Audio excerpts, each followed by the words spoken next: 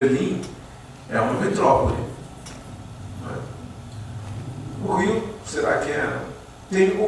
Qual foi o filme no Brasil que assumiu esse discurso? Um filme chamado São Paulo, Sinfonia de uma Metrópole. São Paulo não era metrópole, em 29. Né? Tanto que é um recorte muito de um centro da cidade de São Paulo. Né? E ele tinha a possibilidade, em 29, de fazer um plano aéreo da cidade. Se ele fizesse esse discurso do arranha-céu, ia cair por terra, porque um monte de chácara, enfim, ao lado do centro, né? Áreas espaçadas, não tinha essa pujança que o Rio tinha. Né? São Paulo estava muito distante ainda disso. Filme feito por dois imigrantes também, que haviam acabado de chegar da Europa, o Kemen e o Lustig, né? Que realiza em 29 São Paulo, Sinfonia de uma Metrópole. Então, no Brasil tem muito esse discurso, enfim, de uma modernidade idealizada, pretendida, né, como projeto, e que os filmes procuram, de uma certa maneira, traduzir. E isso eu acho que aparece e está no subtexto desses filmes nos anos 20. Obviamente, cada um tem uma dimensão, um empenho. No caso do Silvino, era um longa-metragem, Terra Encantada. Então, certamente, eu imagino que o filme tivesse essa vontade de construção de um discurso sobre a cidade, um pouco nessa chave. Não sei se vocês viram São Paulo Sinfonia, difere muito de Berlim, porque em Berlim, apesar da euforia com a metrópole, em Berlim tem lá uma pontuação de que, enfim, nem tudo é otimismo. Existe um suicídio, né, em Berlim, é uma mulher que se joga.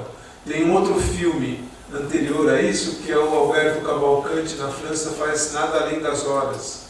Né? O Rien que les Airs, que é um filme de 26, que é um filme bem duro também em relação a essa ideia da cidade, enfim, como espaço do progresso. Né? E a gente sabe que tem um texto seminal sobre isso, que é do Zimmel, de 1900, né? A Vida Mental da Metrópole, que ele está analisando, né, essas questões ligadas a uma série de destruições que estão ocorrendo dentro de uma nova dinâmica do capitalismo. Então, o São Paulo Sinfonia, ele se inspira, mas se vocês um dia assistirem ao filme, vão perceber que ele é muito um filme de cavação também. Então, por exemplo, é um filme que poderia, assim, esses longas tinham um pouco essa estrutura, dado o fato de que não se sabia o que aconteceria com os filmes, seriam exibidos ou não, né? Eles têm uma estrutura de curtas que são agrupados em um longa.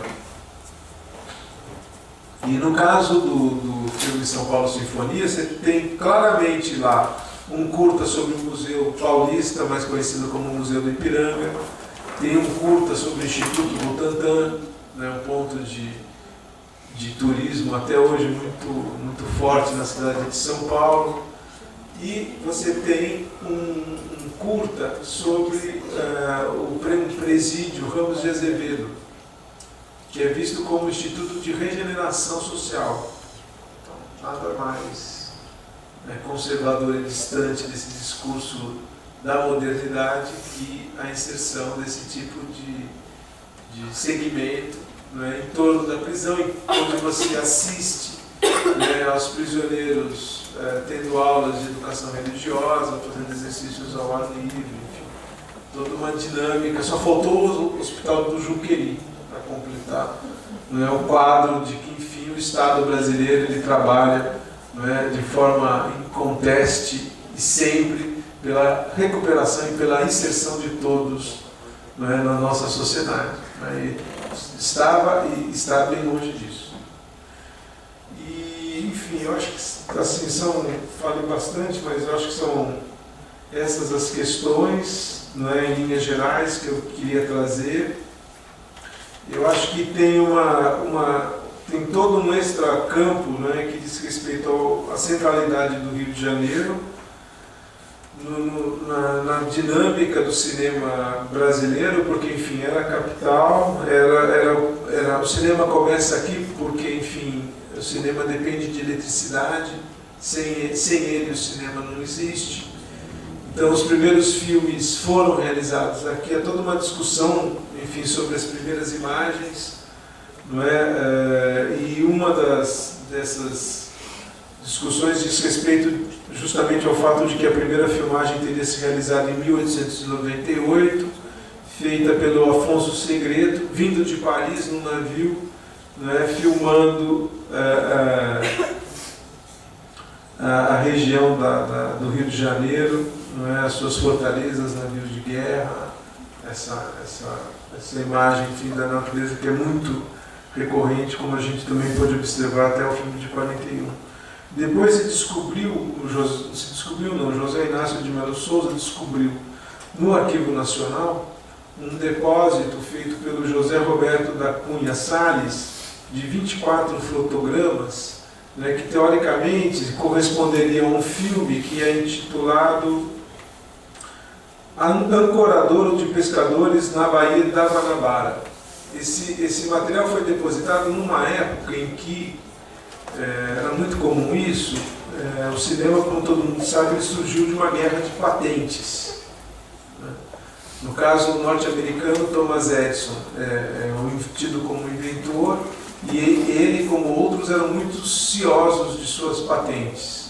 Então, o que gerou isso foi que muitos inventores acabavam depositando patentes de equipamentos similares, onde às vezes o que mudava apenas era o nome, né? Mas você tinha milhares de patentes para milhares de... Por exemplo, o filme, ele tem várias bitolas. Hoje não existe mais filme com bitola, né? É só digital. Mas antigamente você tinha 35, 16 e 8 milímetros.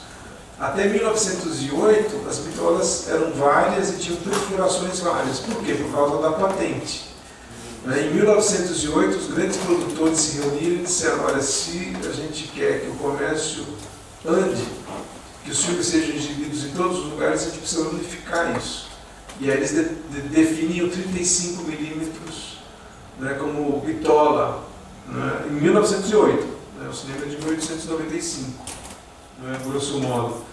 E aí, esse Cunha Salles depositou esses 24 fotogramas, que dá mais de um segundo, né? Porque na época era 16 fotogramas por segundo, 16, 18. Mas a gente também não sabe se é uma filmagem feita aqui no Rio de Janeiro, como ele disse. Né? É muito provável que ele também tenha pegado um filme que circulava, enfim, porque esses filmes circulavam. A gente também tem uma questão que diz respeito à centralidade do Rio como mercado exibidor.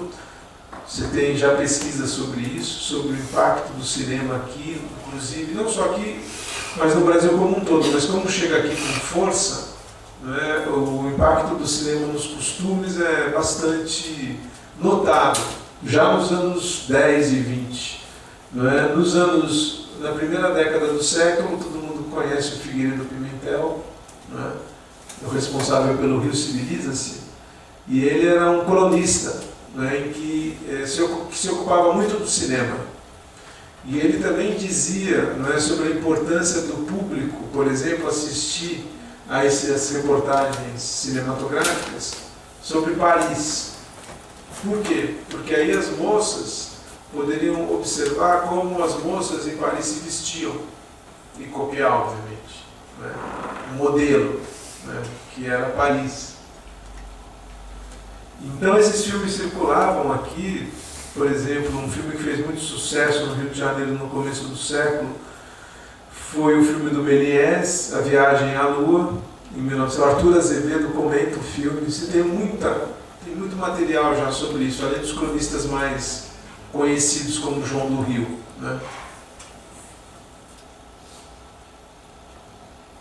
Mas esse filme foi incorporado por um cineasta chamado Carlos Adriano, que fez em 97 um filme chamado Reminiscências. E ele pega esses 24 fotogramas e vai explorar isso de uma outra maneira, né? Mas assim, se você conhece um pouco da história desse primeiro cinema, você percebe que aquele tipo de imagem é muito recorrente, né? Porque para aquele público interessava o movimento das ondas, a questão, enfim, de você conseguir perceber com nitidez, né, o espolcar das ondas, as espumas, enfim.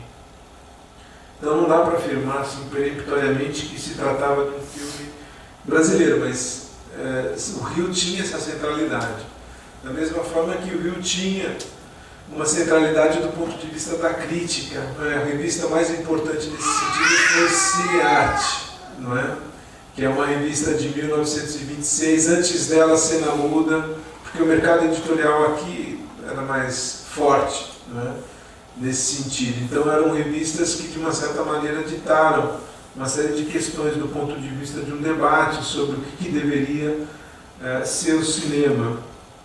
E isso obviamente não está presente porque não se tratava, né, de filmes, não é, a serem exibidos, mas no fundo é um tema inesgotável essa questão, enfim, do Rio de Janeiro no cinema, né? E eu peguei aqui apenas um aspecto. Só queria, antes de passar para vocês, caso vocês tenham alguma questão, a gente pode conversar mais também, enfim, ressaltar que essa experiência do cinema silencioso é uma experiência.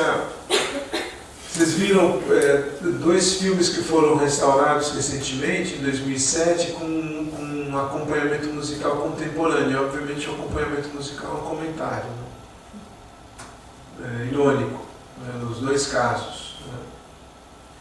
E a gente tem muito a ideia de que o cinema silencioso, ele era silencioso, né? Ele era em preto e branco. A Natália, que está aqui, fez uma pesquisa sobre a cor no cinema silencioso brasileiro, mas ela pegou e trabalhou esses materiais, enfim, do que existe, né? Mas o que se sabe, não é, salvo engano, é que no Brasil, a proporção era a cada 50% dos filmes tinha algum tipo de coloração, não é, Natália? É mais ou menos isso, não é?